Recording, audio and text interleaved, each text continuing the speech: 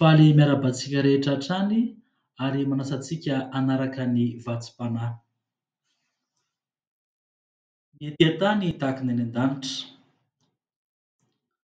Ary raha mivavaka ianareo dia aza mba maro teny tahaka ny jentily, fa ataonao ny hamaroan'ny teniny no hiainoana azy.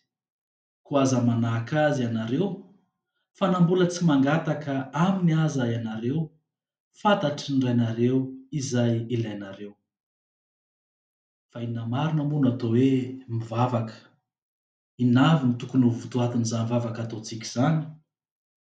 Efa fantatry ny ray izay ilaintsika rehetra rehetra, nefa nahoana isika no mivavaka?